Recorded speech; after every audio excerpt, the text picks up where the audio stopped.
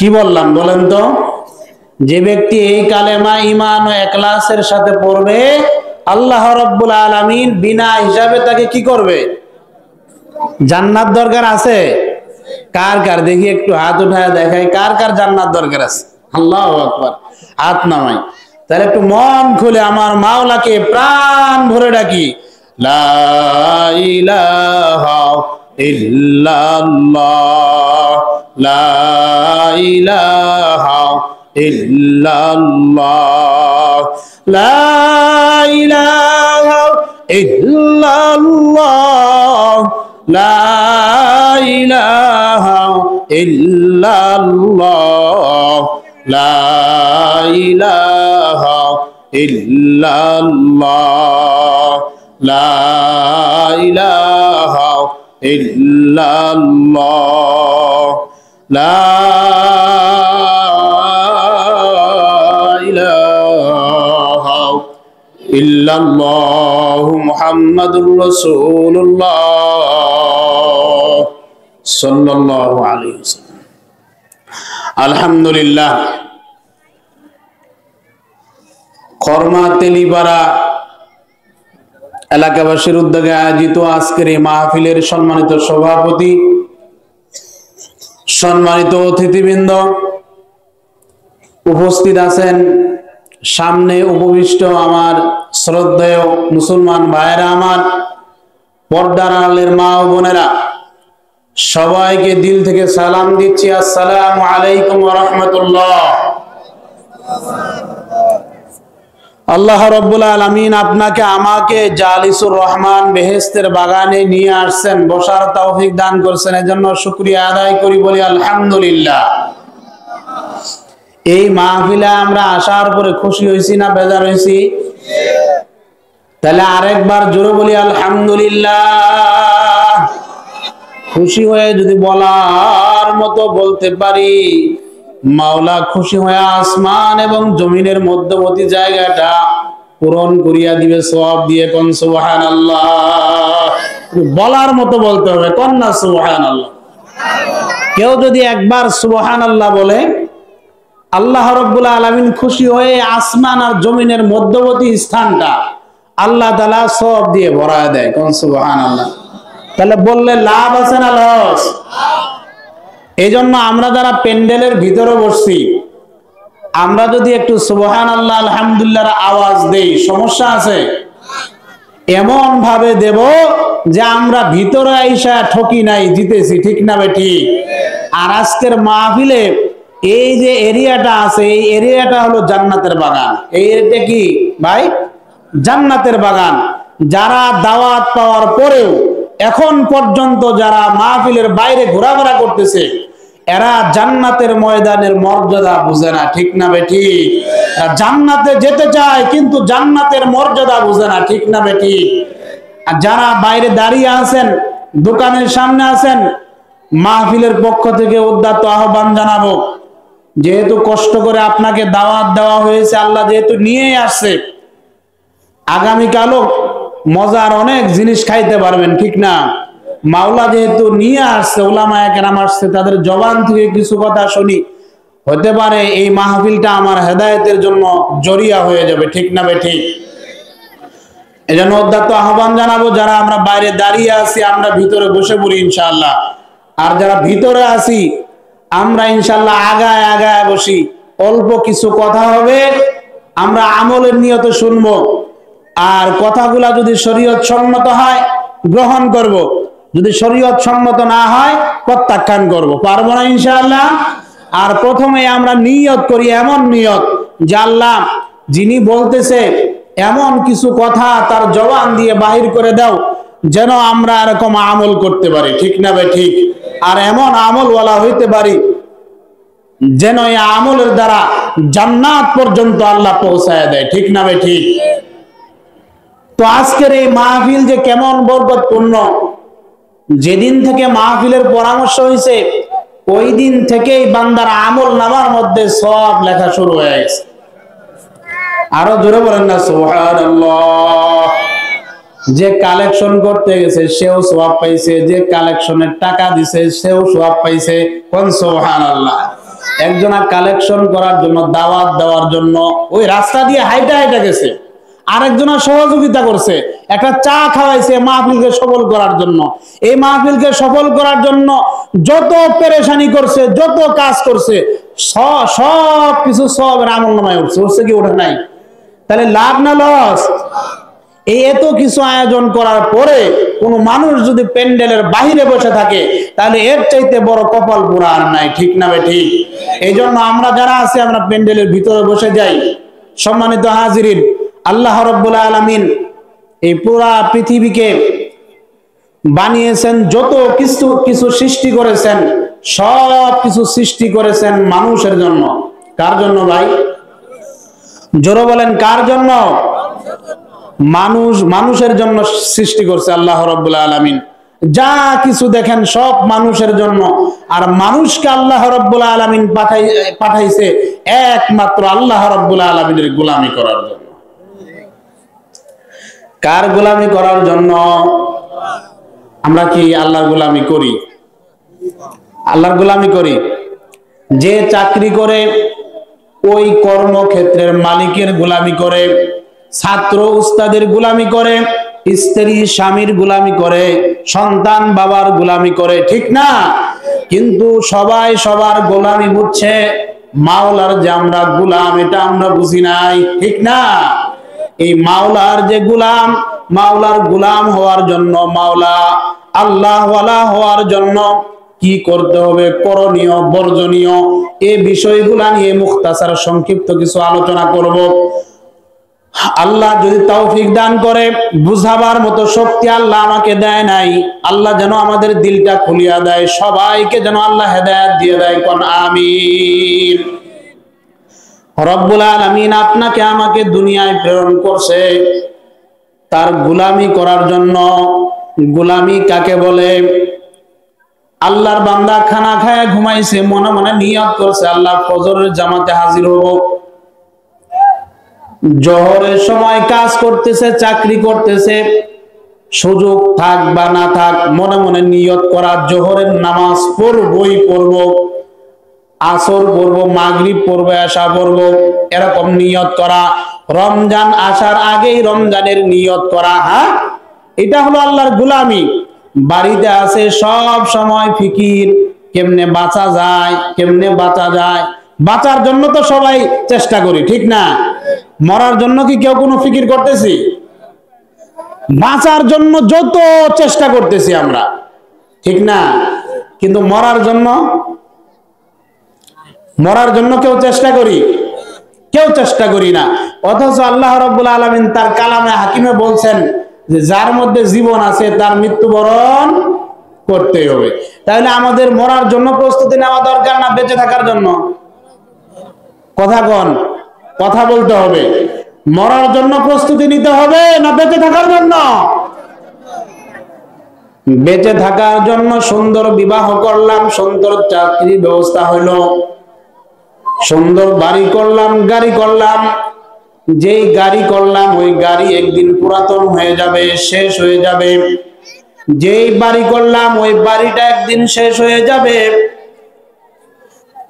যেই সুন্দর স্ত্রী বিবাহ করছি, একসাথে 30 বছর 40 বছর সংসার করলাম। এমন আল্লাহর বান্দা এই মজলিসে বৈশা আছে, স্বামীকে রাখিয়া স্ত্রী কবরে চলিয়া গেছে, ঠিক না বেঠিক? এমন কপাল পুরা এই মজলিসের মধ্যে বৈশা আছে যে নিজ হাতে তার মাকে কবরে শোয়ায় রাখছে, নিজের আব্বাকে কবরে শোয়ায় রাখছে। বাবাকে খুশি করার জন্য সবাই চেষ্টা করি, মাকে খুশি করার জন্য সবাই চেষ্টা করি, করে কি করি না? বেঁচে থাকুক, বেঁচে থাকার জন্য যত প্রক্রিয়া দরকার সব কিছু আমরা করি, কিন্তু আসলে কি বেঁচে থাকতে পারবো? কথা বলেন, বেঁচে থাকতে পারবো? তাহলে বেঁচে যে থাকবো না, এর জন্য কি সামানা তৈরি করলাম? কবরের মধ্যে আমার আব্বা যাবে, আপনারা যদি কথা না কন বয়ান করতে পারেন না। কবরের মধ্যে কি আমার আব্বা যাবে আমার সাথে? আম্মা, ভাই, বোন, স্ত্রী, কেউ না, কেউ যাবে না। একজন হাত উঠান যে আমার সাথে যাবে। এটা বিশ্বাস করেন? বিশ্বাস করেন এটা? কেউ যদি না যায়, আল্লাহর হাবিব সাল্লাল্লাহু আলাইহি ওয়াসাল্লাম ফরমান, ওই কবরের মধ্যে নাফরমান, বদমাশ, বেনামাজি, সুদখোর, জুয়াখোর, মদখোর, মিথ্যাবাদী, চুগলখোর, চোর, ডাকাত, চাঁদাবাজ, এদের জন্য আল্লাহ রাব্বুল আলামিন কবরটার মধ্যে 99টা সাপের ব্যবস্থা করে রাখছে। কয়টা? কয়টা? মিথ্যাবাদী এই মজলিসে আছে না নাই? আমার ওয়াজ তাদের জন্য। সুদখোর এই মজলিসের মধ্যে আছে না নাই? আমার কথাগুলা তার জন্য। চাঁদাবাজ, সন্ত্রাসী, এদের জন্য আমার বয়ানগুলা। যদি কেউ থেকে থাকেন, আপনার দিলের সাথে আপনি হিসাব নিকাশ মিলায়া এই মজলিস থেকে তওবা করিয়া বাড়িতে যাবেন। কারণ ফজরের সময় বেঁচে থাকবো কিনা কেউ জানি না, ঠিক না বেঠিক? প্রিয় হাজিরিন, নাফরমান, বদমাশ, বেঈমানের জন্য আল্লাহ রাব্বুল আলামিন রিসিভ করার জন্য আল্লাহ রাব্বুল আলামিন কবরের মধ্যে 99টা সাপের ব্যবস্থা করছে। আল্লাহ রাব্বুল আলামিন রাগ করিয়া 7টা জাহান্নাম বানায়া রাখছে। আল্লাহ রাব্বুল আলামিন মাটিকে এমন ক্ষমতা দিবে, বেনামাজি কবরে যাওয়ার সাথে সাথে জোরে, এমন জোরে চাপ দিবে, এক পাশের পাজর আরেক পাশের পাজরের সঙ্গে মিশিয়া যাবে। সহ্য করতে পারবেন? কথাগুলো কি মিথ্যা? কথাগুলো কি মিথ্যা? বিশ্বাস হয়? তাহলে আমল করবে কে? কাদের আমল করতে হবে? আমাদের আমল করতে হবে, ঠিক না ঠিক? এই জন্য আপনার আমার নবী মুহাম্মদুর রাসূলুল্লাহ সাল্লাল্লাহু আলাইহি ওয়াসাল্লাম 40 বছর বয়সে নবুয়ত প্রাপ্ত হয়েছেন।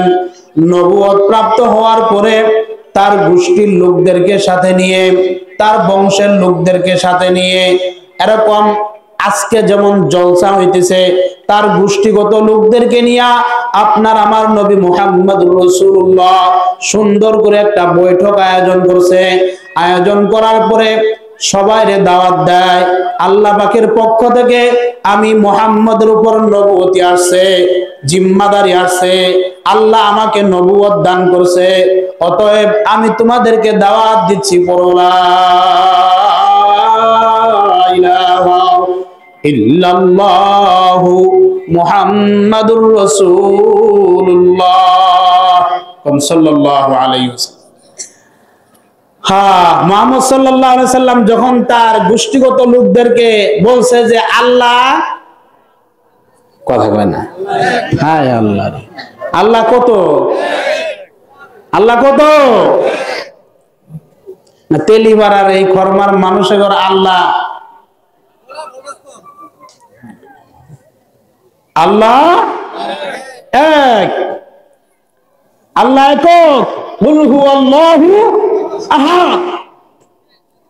তো মুহাম্মদ সাল্লাল্লাহু আলাইহি ওয়াসাল্লাম যখন তার গোষ্ঠীগত লোকদেরকে নিয়ে আমাদের এলাকায় যখন চেয়ারম্যান, মেম্বার বা এমপি দাঁড়ায়, ওই সময় কি মানুষদের নিয়ে পরামর্শ করে না? করে কি করে না? আল্লাহ রাসূল সাল্লাল্লাহু আলাইহি ওয়াসাল্লাম আল্লাহ পাকের পক্ষ থেকে প্রেরিত যে তিনি নবী, তিনি যখন তার কওমের লোকের কাছে বললেন, কেউ বিশ্বাস করে না। কি করে না? কেউ বিশ্বাস করে না। গোষ্ঠীর লোকেরা কি করে না? বিশ্বাস করে না। এই ছেলে আমার সাথে এরকম চলাফেরা করছে, এই ছেলে অমুকের ছেলে না, এই ছেলে, হ্যাঁ এইটারে আবার আমার মানা লাগবে, ইত্যাদি ইত্যাদি। আবু জেহেল, উতবা সাহেবরা ঠাট্টা মস্করা বিদ্রুপ শুরু করে দিয়েছে, কেউ মানে না। আপনাদের এলাকার মধ্যে ধরে নেন এক গরিবের সন্তান হঠাৎ ইঞ্জিনিয়ার হয়েছে বা সেনাবাহিনী হয়েছে, ও যখন প্রথম বাড়িতে আছে সবাই মনে মনে খুশি হয়, কিন্তু এলাকার অনেক মানুষ আছে দিল থেকে তারা দাম দেয় না। এরকম লোক সমাজের মধ্যে আছে না নাই? আমনগর এলাকার মনে হয় নাই? আমনগর এলাকার মধ্যে এমন লোক নাই যে অনেক দাওরা বাস করছে, বড় আলেম, ঢাকার বড় মাদ্রাসার মুহাদ্দিস, বড় পরিচালক, কিন্তু এলাকার মধ্যে দাম নাই। তো আব্দুর রহমানের ছেলে না, কি এরকম বলে কি বলি না? অথচ আপনার আমার নবীর বংশ ছিল কুরাইশ বংশ, পৃথিবীতে কিয়ামতের আগ পর্যন্ত এমন দামি বংশ আর আসবে না। আল্লাহ রসুলের জন্ম যেই ঘর হয়েছিল ওই ঘরটা হলো শ্রেষ্ঠ ঘর। এরপরও আপনার আমার নবী মুহাম্মদুর রাসূলুল্লাহ সাল্লাল্লাহু আলাইহি ওয়াসাল্লাম যখন তার কওমের কাছে রিসালাতের কথা বললেন, বলার পরে তার কেউ মানে না, সবাই বিশ্বাস করে না। এবার আপনার আমার নবী মুহাম্মদুর রাসূলুল্লাহ দৌড়াইয়া সেজদায় পড়িয়া কান্দে, মাবুদ গো তুমি তো আমারে দায়িত্ব দেছো, কিন্তু আমার কওমের লোকেরা তো আমারে বিশ্বাস করে না। এখন উপায় কি? বিশ্বাস করার উপায় কি? আমার তো কেউ বিশ্বাস করে না। আল্লাহ রাব্বুল আলামিন তখন সূরা ইয়াসিন নাজিল করে শানে নুজুলের সার সংক্ষেপ দুই একটা আয়াত তেলাওয়াত করি। আল্লাহ তাআলা আদর করে ডাক দিয়া বললেন, ইয়াসিন ওয়াল কুরআনিল হাকীম ইন্নাকা লামিনাল মুরসালিন আলা সিরাতিম মুস্তাকিম। আপনার আমার নবীর কান্দনের জন্য আল্লাহ রাব্বুল আলামিন ডাক দিয়া বলে, বন্ধু শোনো, ওই কালামুল্লাহর শপথ করিয়া বলতে আছি, তুমি যে সত্য নবী, কোন সুবহানাল্লাহ। দুনিয়ার কেউ যদি তোমার সত্য নবী বলা না পছন্দ করে, আমি আল্লাহ ঘোষণা দিলাম তুমি সত্য নবী, কোন সুবহানাল্লাহ। এরপরে আপনার আমার নবী দাওয়াত দিতে শুরু করলো। কিসের দাওয়াত? দ্বীনের দাওয়াত। কিসের দাওয়াত? দ্বীনের দাওয়াত দিলে কি হয়? আল্লাহর পথগুলা, মানুষগুলা আল্লাহর সাথে এরকম একটা সম্পর্ক তৈরি হয়। হয় কি হয় না? এক সময় নামাজ পড়তো না, চোখে পানি ছিল না, এক সময় চুরি করত, ডাকাতি করত, কিন্তু আল্লাহ পাকের পরিচয় পাওয়ার পরে, বুঝটা দিলের মধ্যে আসার পরে এখন আর আল্লাহর বান্দা চুরি তো করেই না, মসজিদ ছাড়ে না। ঠিক না বেঠিক? আগে নামাজ পড়ছে একরকম, এখন নামাজে দাঁড়াইলে নামাজ শেষ হইতে চায় না। আগে সেজদা কম করছে, এখন সেজদায় গেলে আর উঠতে মন চায় না। এমন মানুষ সমাজের মধ্যে আছে না নাই? আপনার আমার নবী মুহাম্মদুর রাসূলুল্লাহ যখন মক্কার মধ্যে দাওয়াত দিতে শুরু করলেন, ওই সময়ের অবস্থা এখন আছে? কথা বলেন, এখন কি আছে? হ্যাঁ, আমরা প্যান্ডেল কইরা কত সুন্দর দাওয়াত দিতেছি। আল্লাহ রসুল কি এভাবে দাওয়াত দিছে? আল্লাহ রসুলের তিনি যখন প্রথম দাওয়াত দিতেন, স্বামী মুসলমান হয়েছে, স্ত্রী জানে না, স্ত্রী মুসলমান হয়েছে, স্বামী জানে না, ছেলে মুসলমান হয়েছে, বাবা জানে না, দাদা মুসলমান হয়েছে, নাতি জানে না, এরকম একটা অবস্থা। এরপরে যারা মুসলমান হয়েছে, মূর্তি পূজা বাদ দিয়ে যারা আল্লাহকে সেজদা করছে, সেজদার মধ্যে মাওলা এমন মজা ধরাইয়া দিছে, ওই মজা জিন্দেগিতে দুনিয়ার মধ্যে আর কোনো কাজে পায় না। এ আল্লাহর বান্দারা আবু জেহেলরা ঠাট্টা করত, বিদ্রুপ করত। উলামায়ে কেরাম দুনিয়ার মধ্যে দাওয়াতি কাজ করে, অনেকে ওরে দাম দেয় না, মাহফিলে আসে, বাড়ি বাড়ি গিয়ে দাওয়াত দেয়, আলেমদের তেমন একটা মূল্যায়ন করে না। ঠিক না বেঠিক? আল্লাহর রাসূলও দাওয়াত দিত, আবু জেহেলরা হাসি ঠাট্টা করত, বিদ্রুপ করত, যা মুহাম্মদ যেই দিন নিয়ে আসছে ওই দিন পালন করলে নামাজ পড়তে হবে, রোজা রাখতে হবে, কি পরিমাণ কষ্ট, কি পরিমাণ কষ্ট, এটা করা যাবে না। তার চাইতে দুনিয়াতে যত সুখ, আল্লাহ তামত প্রমোদ আছে, এগুলা কইরা আমরা দুনিয়া থেকে বিদায় হয়ে যাই। আমি যে আয়াতে কারিমা তেলাওয়াত করছি, আল্লাহ তাআলা বলছে ফারিকুম ফিল জান্নাহ ওয়া ফারিকুম ফিস সাঈর। রাস্তা হলো দুইটা। জোরে বলেন, কয়টা? এক জায়গার মধ্যে আল্লাহ তাআলা বলেন উলাইকা হিজবুল্লাহ, আরেক জায়গার মধ্যে বলেন উলাইকা হিজবুশ শাইতান। একটা হলো আল্লাহর দল, আর একটা হলো শয়তানের দল। কথাটা বুঝাতে পারছি? মানুষ দুই শ্রেণীর হবে। জোরে বলেন, কয় শ্রেণীর? বয়ান ভালো করে বুঝবেন। মানুষ কয় শ্রেণীর হবে? দুই শ্রেণীর। একটা হবে আল্লাহর দলের। দলের কথা শোনার সাথে আবার ডরাইছেন নাকি? হ্যাঁ, ডরাইছে? বাদাম যে বিক্রি করে, ওরা আমরা কি বলি? বাদামওয়ালা, কি পাগড়ি বললে বলি পাগড়িওয়ালা, বলি কি বলি না?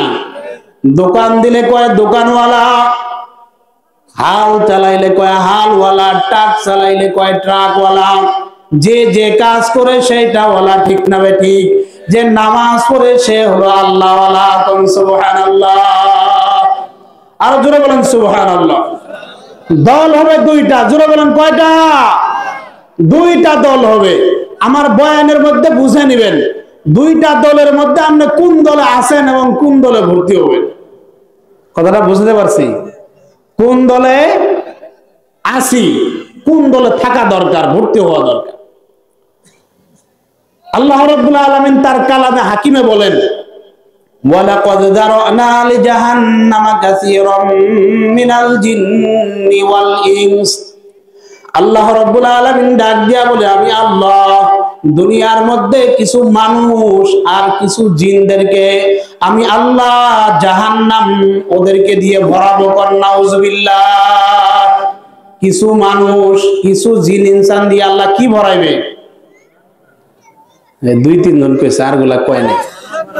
কি ভরাইবে? কি ভরাইবে ভাই? জাহান্নাম। শুধু নাম শুনছেন না, এটার ব্যাপারে জানেন? জাহান্নাম কেমন হবে জানেন? জাহান্নামের ডাইনে আগুন হবে, বামে আগুন হবে, সামনে আগুন, পিছনে আগুন, শুধু আগুন আর আগুন। এর নাম হলো কি? জাহান্নাম। দুনিয়ার মধ্যে যে মোমের আগুন আছে, দোয়াতের আগুন আছে, এখন তো আগুন নাই, খালি কারেন্ট আর কারেন্ট, ঠিক না? এই যে আগুনের মধ্যে কতক্ষণ দিয়ে রাখতে পারবেন এই নখটা? 1 মিনিট? 1 মিনিট থাকা যাবে? 30 সেকেন্ড ধরে নেন, আগুন বাদ দিলাম। এই যে কারেন্ট আছে, এটার মধ্যে কতটুক দিয়ে রাখতে পারবেন? হ্যাঁ, পারবেন না। আর তাইলে এত বড় আল্লাহ জাহান্নাম বানায় রাখছে কার জন্য? আল্লাহ তাআলা তার কালামে বলেন, ওয়ালাকাদ যারানা লিজাহান্নামা কাসীরাম মিনাল জিন্নি ওয়াল ইনস। আমি আল্লাহ দুনিয়ার কিছু মানুষ এবং জিনদেরকে বানায় রাখছি, ওদের দ্বারা জাহান্নাম ভরাইবো। ওই জাহান্নাম বর্ণওয়ালাদের মধ্যে যদি আমি ইলিয়াসের নামটা থাকে, আমার কপাল বড় খারাপ, ঠিক না? যদি আপনাদের মধ্য থেকে কারো নাম আসে, তাহলে কপালটা বড় খারাপ। এই জন্য প্রিয় ভাই, আল্লাহ রাব্বুল আলামিন আরেক জায়গার মধ্যে বলেন, ইন্নাল্লাযীনা আমানু ওয়া আমিলুস সলিহাতি কানাত লাহুম জান্নাতুল ফিরদাউসি নুজুলা। আল্লাহ রাব্বুল আলামিন আরেক জায়গার মধ্যে বলেন, যারা ঈমান আনার পরে নেক আমল করবে। কি আনার পরে? বলেন ভাই, কি আনার পরে? ঈমান আনার পরে যে নেক আমল করবে, শুধু আমল না, শুধু নামাজ না, ভালো নামাজ, আমলে সালেহ করবে। আল্লাহ রাব্বুল আলামিন ডাক দিয়া বলে, আমি আল্লাহ খুশি হয়ে আমার ওই বান্দাকে জান্নাতুল ফেরদাউস দান করব। কোন সুবহানাল্লাহ। বুঝাইতে চাইতেছি, দল হলো দুইটা, একটা হলো আল্লাহর দল, আরেকটা কার দল? শয়তানের দল। শয়তান কারা? শয়তানের অনুসারী কারা? আর আল্লাহর দলের লোক কারা? চিনার দরকার আছে না নাই? শয়তানের দলে কে কে থাকবেন? হাত উঠান। কেউ না? যাক, একটা মাহফিল পাইছি, শয়তানের এক দলের একটা লোক নাই। বলি আলহামদুলিল্লাহ। আল্লাহর দলের লোক কে কে? একটু হাত উঠাই। আল্লাহ কবুল করে নেক, কোন আমিন। আল্লাহর দলে যাওয়ার দরকার আছে না নাই? এবার শুনেন, আল্লাহর দলের লোক কারা কারা? আল্লাহ রাব্বুল আলামিনের প্রিয় মাহবুব বান্দা কারা কারা? আল্লাহর দলের লোক কারা কারা? আল্লাহর দলের লোক তো সে যে জিন্দেগিতে 6 মাসের মধ্যে এমন মানুষ আছে সূর্য কখন উঠে জানে না, আল্লাহর দলের লোক। বুঝেন নাই? আমাদের এলাকার মধ্যে এমন মানুষ নাই, এমন নেতা নাই যে রাত 12টার সময় ঘুমায় উঠে 10টার সময় ফজরের নামাজ আর সূর্য কয়টার সময় উঠে 6 মাসের মধ্যে জানে না। এমন নেতা আছে না নাই? কি আছে না? সমাজের মধ্যে মেয়ের সমস্যা হইলে, ছেলের সমস্যা হইলে, মারামারি হইলে, জঞ্জাল ফাসাদ হইলে আমরা দৌড়ায় কার দুয়ারে যাই? নেতার দরবারে যাই, যাই কি যাই না? কোন নেতা যে ফজরের ওয়াক্ত হয় জানে না, কি ঠিক আছে তো? ওই নেতার কাছে যাই, যাওয়ার পরে কই আমার ছেলের সমস্যা, মেয়ের সমস্যা, আমার এই সমস্যা ওই সমস্যা। তো ওই নেতা যাওয়ার পরে যা করার তাই করে, পরবর্তীতে আমরা কান্না করি, করি কি করি না? আচ্ছা বলেন তো, পায়খানা থেকে কোনদিন আতরের গন্ধ আসবে? আতরের সুঘ্রাণ আসবে? তাহলে আপনি যদি যে ব্যক্তি ফজরের নামাজের সময় কখন হয় 6 মাসের মধ্যে জানেই না, ওই ব্যক্তির কাছে যদি বিচার চাইতে যান, ওই সমস্ত নেতার কাছে যদি বিচার চাইতে যান, তাহলে বিচার তো ওই রকমই হবে, এটা হতাশা হওয়ার কোনো কারণ নাই। কি কথা ঠিক আছে তো?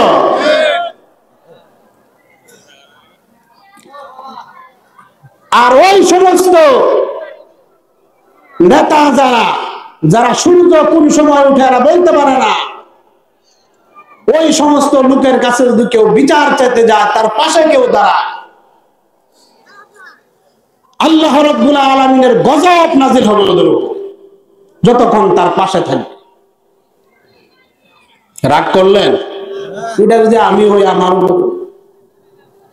কথাটা বুঝতে পারি নাই। কয় হুজুর ও ঘর ছাড়া তো চলে না। আপনি চলেন, আল্লাহ সব ব্যবস্থা করে দেন। কি ঠিক আছে তো? বলতেছিলাম তাহলে এই যে আমি যে বলতেছিলাম আল্লাহর দলের লোক আর শয়তানের দলের লোক, তাহলে যে ব্যক্তি সূর্য কোন সময় উঠে জানে না, ও আল্লাহর দলের লোক না শয়তানের দলের লোক?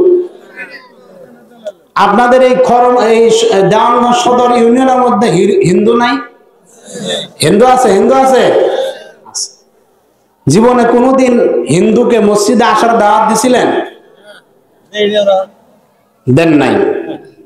তার স্ত্রী বেপরদায় চলাফেরা করে কোনোদিন বলছিলেন যে হরিচরণের স্ত্রী, তোমার কিন্তু মাথায় কাপড় দিতে হবে, পর্দা পশিদা করে তোমার চলতে হবে, হরিচরণের স্ত্রী খবরদার বেপর্দা হয়ে চলতে পারবে না? কোনোদিন কি আমরা বলছি? বলি নাই কেন? সে হিন্দু, আল্লাহকে সে আল্লাহর একাত্মবাদের ঘোষণা সে দেয় না, স্বীকার করে না। এই জন্য আমরা হরিচরণের স্ত্রীকে পর্দার ব্যাপারে বলি না, হরিচরণকে নামাজের কথাও বলি না, কারণ সে আল্লাহকে মানে না। ঠিক না ঠিক? তাহলে সমাজের মধ্যে যারা ওই হরিচরণ নামাজ পড়ে না, মসজিদে যায় না, আব্দুর রহমানও মসজিদে যায় না, নামাজ পড়ে না, ওই হরিচরণ আর হরিদাস আর আব্দুর রহমানের মধ্যে কোন পার্থক্য আছে? কথা কন না যে? তাহলে আব্দুর রহমান আল্লাহর দলের লোক না শয়তানের দলের লোক? হাসতেছেন আপনারা? এই মজলিসের মধ্যে যদি কোনো মানুষ থাকে, আপনারা হাতেও ধরছি, পায়েও ধরছি, যদি বলেন হুজুর এখান থেকে নামিয়ে আসি, আমার পাও জড়ায় ধরলে আমি আর নামাজ কাজা করব না, আর রোজা কাজা করব না, আর বেপরদা চলবো না, আল্লাহর কসম খায়া বলতেছি 1000 বার আপনার পাও ধরতে রাজি আছে, কিন্তু নামাজ ছাড়েন না। আর নামাজ যদি ছাড়েন, ওই হরিচরণ আর আপনার মধ্যে আর হরিচরণের মধ্যে কোন পার্থক্য? ওই ওই ব্যক্তির জন্য আল্লাহ ওই জাহান্নাম বানায় রাখছে। এখন হিসাব নিকাশ মিলান ভাই, আমার তেমন কণ্ঠও নাই, ওরকম বক্তাও না যে আপনাদের কণ্ঠ দিয়ে বয়ান করে মনোরঞ্জন করব। জাস্ট দরকারি কিছু কথা বলার চেষ্টা করব। যদি হিসাব নিকাশ মিলাইতে পারেন, আশা করা যায় আল্লাহ বুঝ দিলে দিতেও পারে। ঠিক না ভাই? ঠিক। তাহলে হরিচরণের অবস্থা এই মজলিসের মধ্যে যদি কারো থাকে, পরিবর্তন হওয়ার দরকার আছে না নাই? আছে না নাই? নিয়ত করে ফেলাই। নিয়ত করলে, তওবা করলে আল্লাহ তওবা কবুল করবে। হরিচরণের মুখেও দাড়ি নাই, আমার মুখেও দাড়ি নাই। হরিচরণের মাথার মধ্যে টুপি নাই, আমার মাথার মধ্যেও টুপি নাই। হরিদাসের শরীরের মধ্যে লম্বা জামা নাই, আমার শরীরের মধ্যেও লম্বা জামা নাই। হরিদাস মিথ্যা কথা বললে আফসোস হয় না, আমি মিথ্যা বললেও আমার কাছে আফসোস হয় না। তাহলে হরিদাস আর আমার মধ্যে কোন পার্থক্য আছে? কথা কোন? হরিদাস আর আমার মধ্যে কোন পার্থক্য আছে? হরিদাস অবলীলায় নারীর সাথে জিনা করে, হরিদাস নারীর সাথে জিনা করে, অবলীলায় মেয়ে নিয়ে ঠাট্টা বিদ্রুপ করে, ওর দিলের মধ্যে কোনো স্পৃহা জাগে না। আমি আব্দুর রহমান আব্দুল করিম, মুসলমানের ঘরের সন্তান, মুসলমানের বাচ্চা, মুসলমান, দাদা মুসলমান, নানা মুসলমান, ওই হরিদাসের আফসোস হয় না, আমারও আফসোস হয় না? তাহলে হরিদাস আর আমি আব্দুর রহমানের মধ্যে কোনো পার্থক্য আসেনি? আল্লাহ রাব্বুল আলামিন আফসোস করা কয়, ওয়ালাকাদ যারানা লিজাহান্নামা কাসীরাম মিনাল জিন্নি ওয়াল ইনস। আমি আল্লাহ দুনিয়ার কিছু মানুষকে দেলটাইমের মধ্যে এমন মোহর মাইরা দিছি, ওদের দ্বারা আমি আল্লাহ জাহান্নাম জ্বালাবো। নাউযুবিল্লাহ। আল্লাহর বান্দারা হাতেও ধরছি, পায়েও ধরছি, বুঝাবার শক্তি আমার নাই। এ যুবক ভাই, বুঝাবার শক্তি আমার নাই।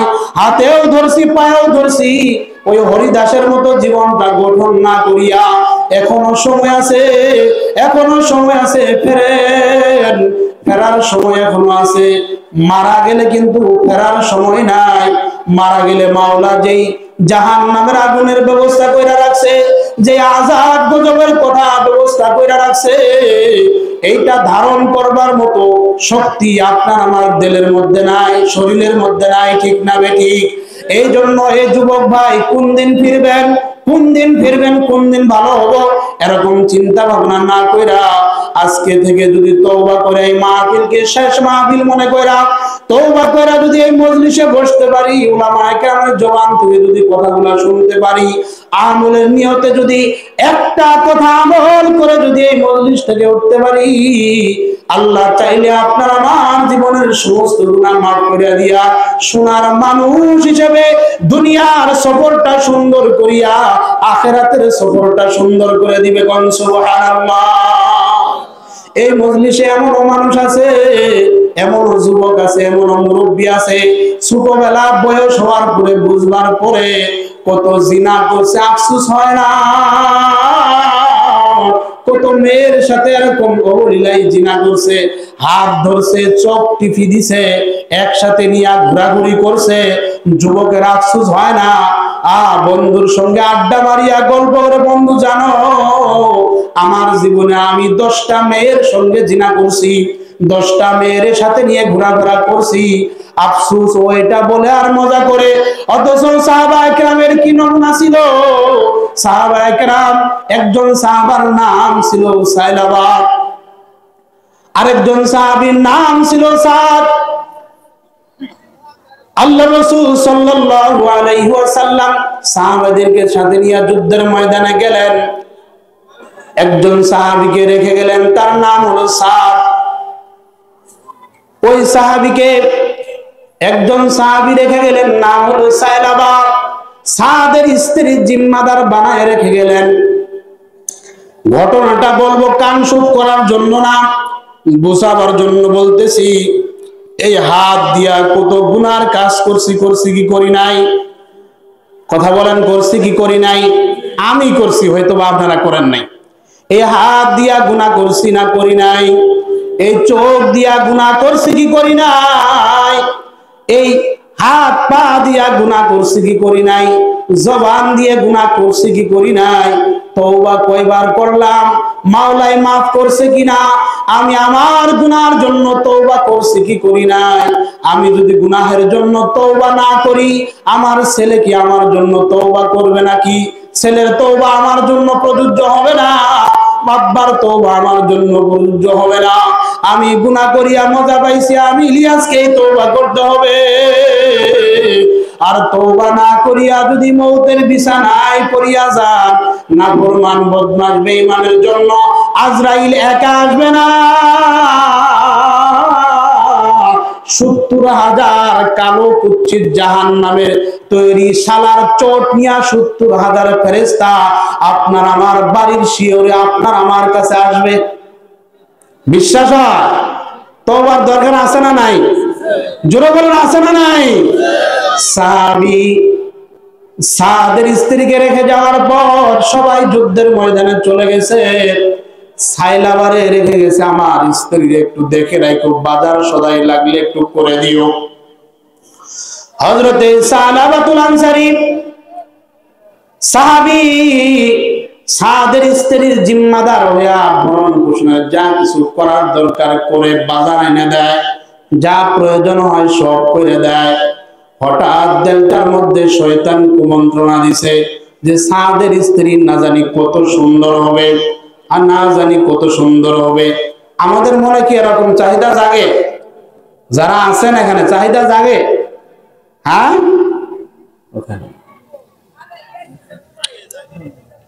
জাগে। আমাদের কি খারাপ লাগতেছে? খারাপ লাগলে কোন প্রধান বক্তা আসছে আমি ওনারা দিয়ে দিয়ে চলে যাই। কি খারাপ লাগতেছে না? ভাষা বুঝেন না? খারাপ লাগতেছে? আমি তো এনে অন্ধের মতো ওয়াজ কইরা যে চলে যাবো, ওইটা আমার দরকার নাই। আমার কথাটা বুঝছেন? দ্বীনের প্রচারের জন্য আসছি। 20টা কথা বললে আল্লাহ যেন ওই 20টার আমল করার তৌফিক দান করে এই নিয়তেই বসছি, নিয়ত করেই বসছি। কণ্ঠ ভালো দিয়ে বয়ান করবো, আপনারা ভালো বলবেন, আর আমার নাম হবে এইটার জন্য এখানে বসে নেই, আল্লাহর কসম করে বলছি। মনের মধ্যে এরকম মহিলার টেনশন আসে না? আসে না? নাই আছে না? সালাবাতুল আনসারীর দিলের মধ্যে এরকম একটা চাহিদা জাগছে, আয় রে সাদের স্ত্রীর চেহারাটা তো দেখলাম না, না জানি কত সুন্দর। অনেকদিন মনে মনে চিন্তা ফিকির করার পরে সালাবাতুল আনসারী একদিন হঠাৎ করে পর্দার আড়াল থেকে সাদের স্ত্রীর হাতটা খপ করে ধরছে।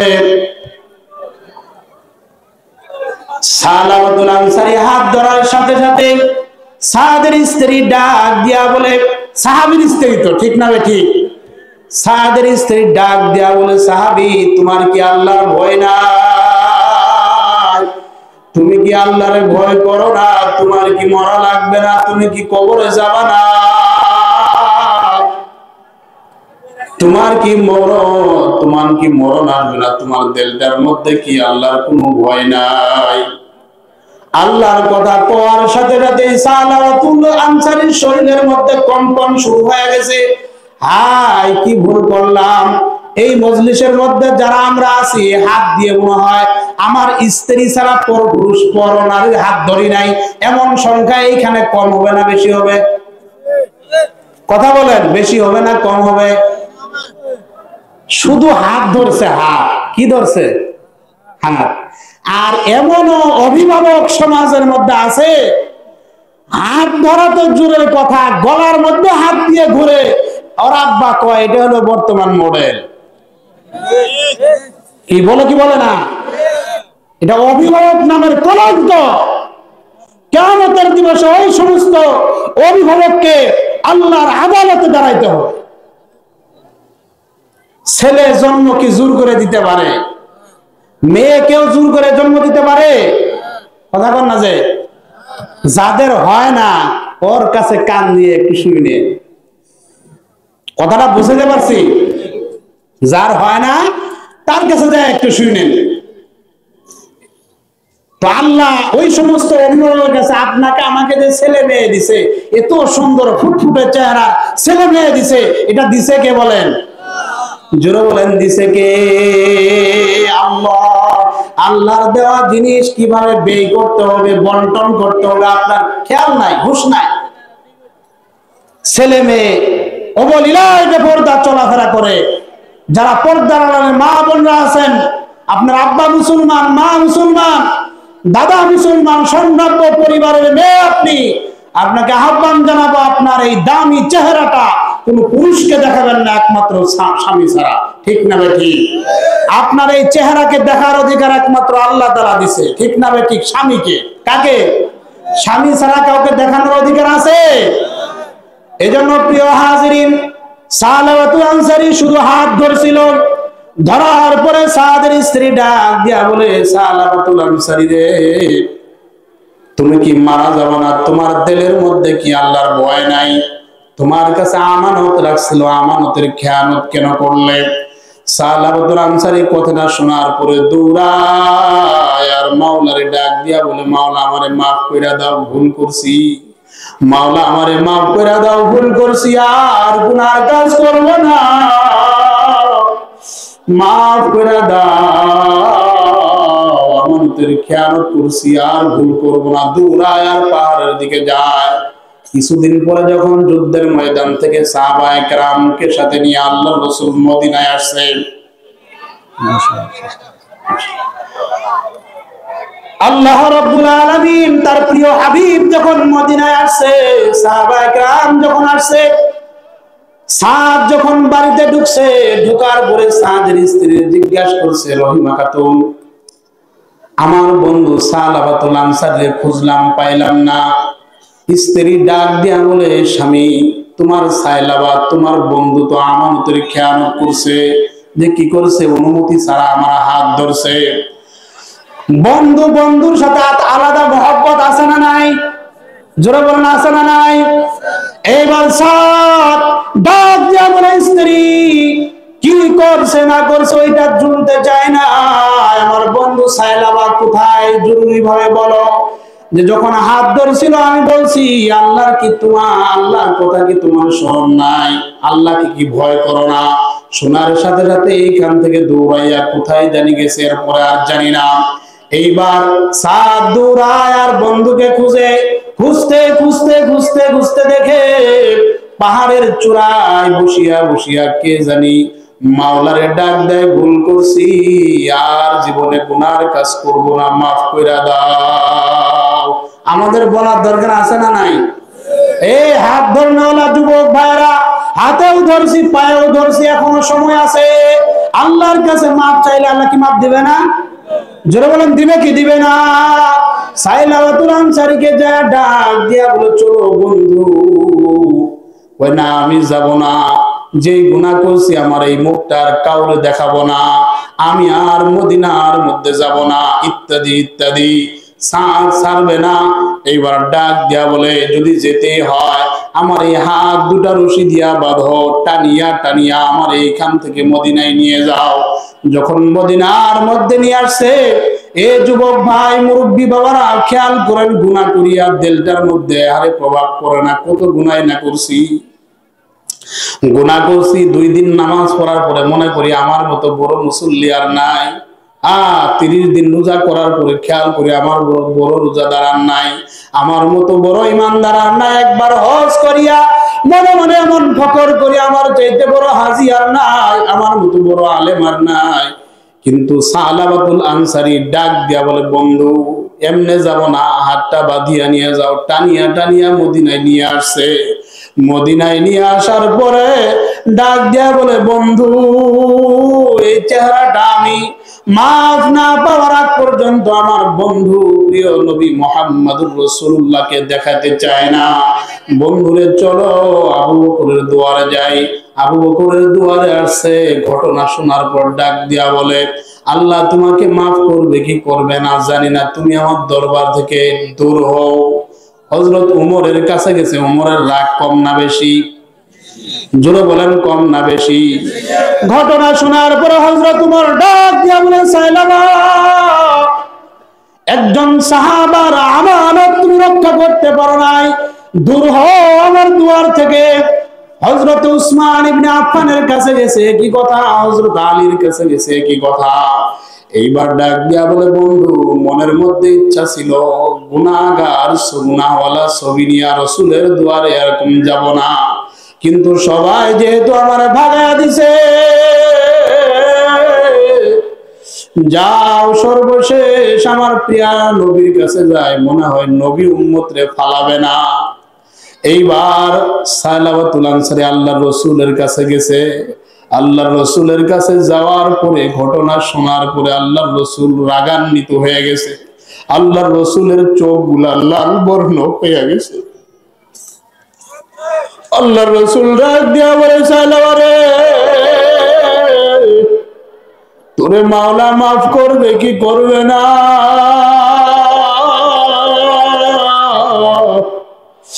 আমি মুহাম্মদ জানি না, যা তুই আমানতের খেয়ানত করছো, যাই দরবার থেকে চলিয়া যাও। সাইলাবা আবার ওই ময়দান দিয়ে ওই বাড়ি আল্লাহর রাসূলের দুয়ার থেকে দৌড়ায়। সাথে সাইলাবার মেয়েটা ছিল, ডাক দিয়া বলে, আব্বু এতই চারজনা তোমারে ভাগায়া দিছে, কিচ্ছু বলি নাই, কিন্তু দুজাহানের বাদশাও তোমারে ভাগায়া দিছে। আমি তোমার কন্যায় বলতেছি, আমিও তোমারে আমার বাড়িতে জায়গা দেব না।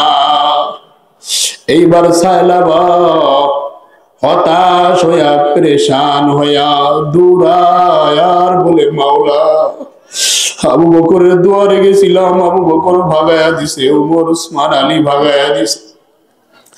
বড় আশা করিয়া তোমার নবীর দুয়ারে গেছিলাম, সেও ভাগায়া দিছে। এখন তুমি যদি আমারে তোমার দুয়ার থেকে ভাগায়া দাও,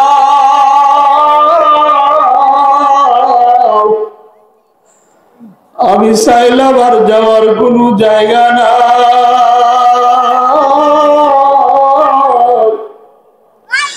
এ যুবক ভাই, তুমি কি কোনো মেয়ের সাথে জিনা করো নাই? কারো হাত কি ধরো নাই? তওবার সময় এখন, এখনই তওবা করো। যে দেখো তোমার আশেপাশের লোকরা কেমনে তওবা করে, তুমিও করো।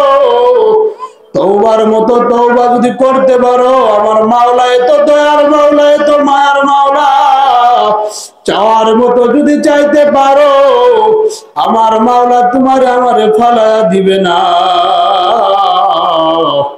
ডাক দিয়া বলবে, যা, তোর জীবনের গুনাহ খাতা মাফ কইরা দিলাম। এ আল্লাহর বান্দারা, সায়লাবা পাহাড়ের চূড়ায় যা প্রত্যেকদিন কান্নাকাটি করে। কয়েকদিন পরে আল্লাহর রাসূলের কাছে হযরত জিবরাইল আসছে।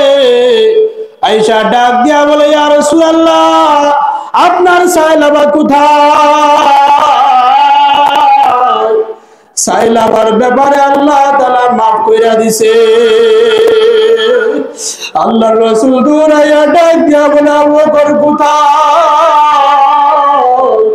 আমার কলিজার টুকরা সায়লাবারে মাওলা মাফ কইরা দিছে।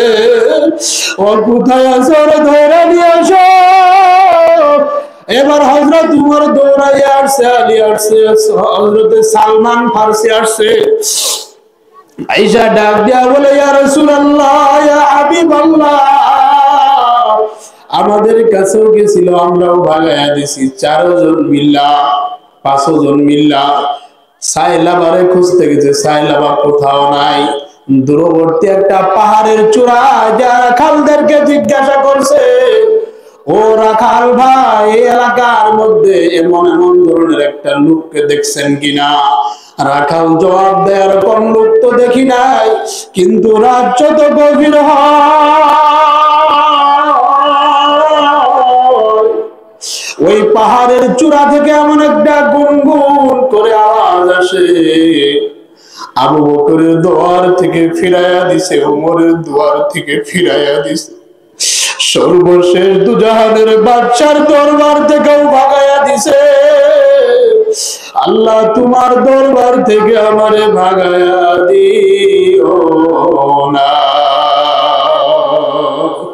এই আল্লাহর বান্দারা তওবার মতো তওবা করলে আল্লাহ কবুল করে কি করে না? এবার সাহাবায়ে কেরাম তার কাছে যাওয়ার পরে হযরত উমর রাদিয়াল্লাহু তাআলা আনহু ডাক দিয়ে, সায়লাবা ওঠো। সায়লাবা মাথা উঠায় ডাক দিয়া বলে, আগে বলো, কে তোমাদেরকে পাঠাইছে? বলে, আমাদের নবী পাঠাইছে। কি বলে দিছে? আল্লাহ আমারে মাফ করছেনি। সাহাবায়ে কেরাম ডাক দিয়া বলে, আল্লাহ তোমার ব্যাপারে মাফের ঘোষণা দিছে, যাও মাথা উঠাও, আল্লাহর রাসূলের দরবারে যাই। সায়লাবা আল্লাহর রাসূলের সাহাবীর সঙ্গে এবার যখন মদিনায় আসছে, আসতে আসতে ফজরের সময় হয়ে গেছে। ফজরের সময় যখন নামাজের মুসল্লায় দাঁড়াইছে, আল্লাহর রাসূল যখন সূরা তাকাসুর তেলাওয়াত করতে ধরছে, সাহাবায়ে কেরাম আয়েশা নামাজের জামাত ধরছে। যখন আল্লাহর রাসূল আলহাকুমুত তাকাসুর হাত্তা সুরতুমুল মাকাবির, এই দুইটা আয়াত যখন শুনছে, দুইটা বার এমন জোরে আওয়াজ সায়লাবার জবান থেকে উচ্চারিত হয়েছে। মসজিদে নববী পর্যন্ত থরথর কপিয়ে করিয়া কাঁপছে। আল্লাহ রাসূল নামাজ শেষ করিয়া সালমান ফারসিরে ডাক দিয়া বলে, আমার সাইলাবারে ধরো, পানি দাও। মাথার মধ্যে পানি দিয়া দেখো আমার সাইলাবা পেরেশান হয়ে গেছে। বাবা সন্তানের দিকে যদি রাগ করিয়া কিছু বলে, সন্তানরা যদি রাগ করিয়া বাড়ি থেকে চলিয়া যায়, যতক্ষণ ওই সন্তান বাড়িতে না আসবে বাবা নিজের মুখের মধ্যে কিছু দেয় না। মায়ের সাথে ঝগড়াঝাটি করিয়া সন্তান যদি কোনোদিন দূরে কোথাও যায়,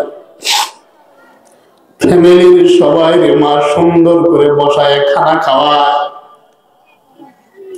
কিন্তু ওই সন্তানটা না আসা পর্যন্ত মায়ের কলিজায় কোনো খানা দেয় না।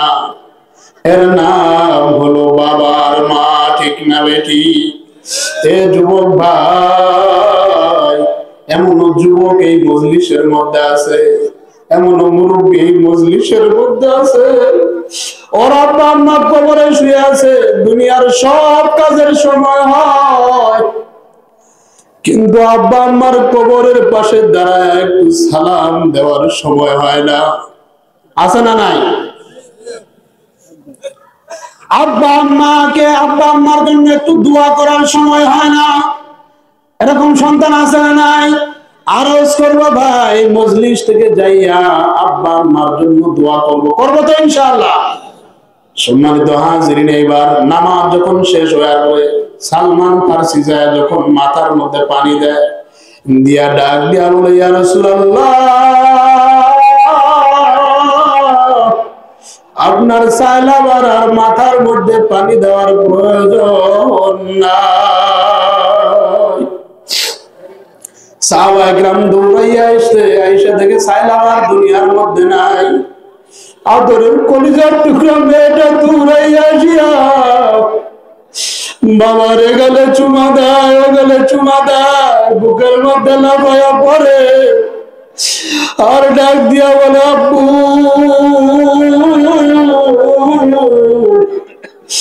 সবাই তোমার তাড়াইয়া দিছে, কিচ্ছু বলি না, দুজাহানের বাচ্চা তারা দেওয়ার পরে আমি নিজের মেয়ে হওয়ার পরে তোমার জায়গা দেয় নাই। আব্বু সবাই তো সব কিছু পাইল, কিন্তু আমি বাবা হারাইলাম। আমি তোর জীবনে বাবা পাবো না, তুমি তো আমার বাড়িতে যাবা না।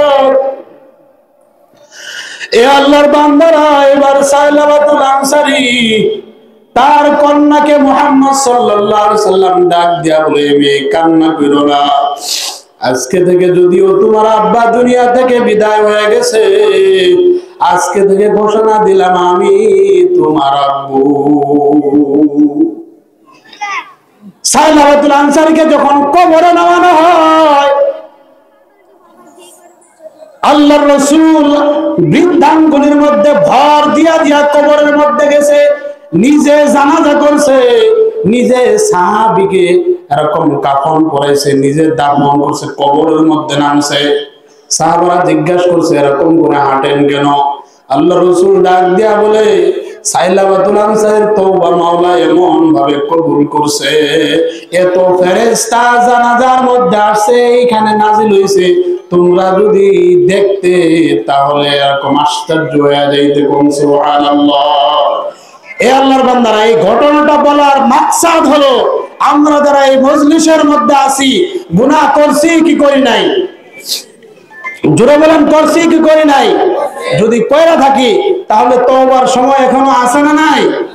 মাহফিল থেকে যাওয়ার পরে নাই, মাহফিলের মধ্যে। এই জন্য যদি জিনার গুনাহ থাইকে থাকে, মিথ্যার গুনাহ থাইকে থাকে, নামাজ কাজার গুনাহ থাইকে থাকে, আজকে এই মজলিসের মধ্যে আখেরি মুনাজাতের আগে এমন তওবা করব যে আর বেনামাজি থাকবো না, আর শয়তানের দলে থাকবো না, আর আমি শয়তানি কাজ করব না, আর হরিদাসের মতো কাজ করব না। এখন থেকে নিয়ত করি আমি নামাজের কাতারে, নামাজের খাতায় আমার নামটা যেন লেখা হয়, ঠিক না ভাই? ঠিক। এই জন্য আমরা সবাই শয়তানের দলে থাকবো না, আল্লাহর দলে থাকবো। তা আল্লাহর দলে যদি থাকতে চাই তাহলে 5 ওয়াক্ত নামাজ পড়ার দরকার আছে না নাই? তওবা করার দরকার আছে না নাই? ছেলে মেয়ের পর্দা বসিতা করানোর দরকার আছে না নাই? আল্লাহ রাব্বুল আলামিন আরেকটু সময় পেলে আরেকটু বলতাম, বুঝাইতেও পারলাম না, নিজেও বুঝলাম না। যতটুকুই বলা হয়েছে আল্লাহ যেন আমাকে এবং আমাদের সকলকে তওবা এই দুনিয়ার মধ্যে থেকে থাকা অবস্থায় যেন তওবা নসিব করে এবং মুমিন মুত্তাকি হয়ে যেন কবরে যাইতে পারি। আল্লাহ রাব্বুল আলামিন আমাদেরকে মুত্তাকি হিসেবে কবুল করেন। সকলে বলি আমিন। ওয়া আখির দাওয়ানা আলহামদুলিল্লাহি রাব্বিল আলামিন। আসসালামু আলাইকুম।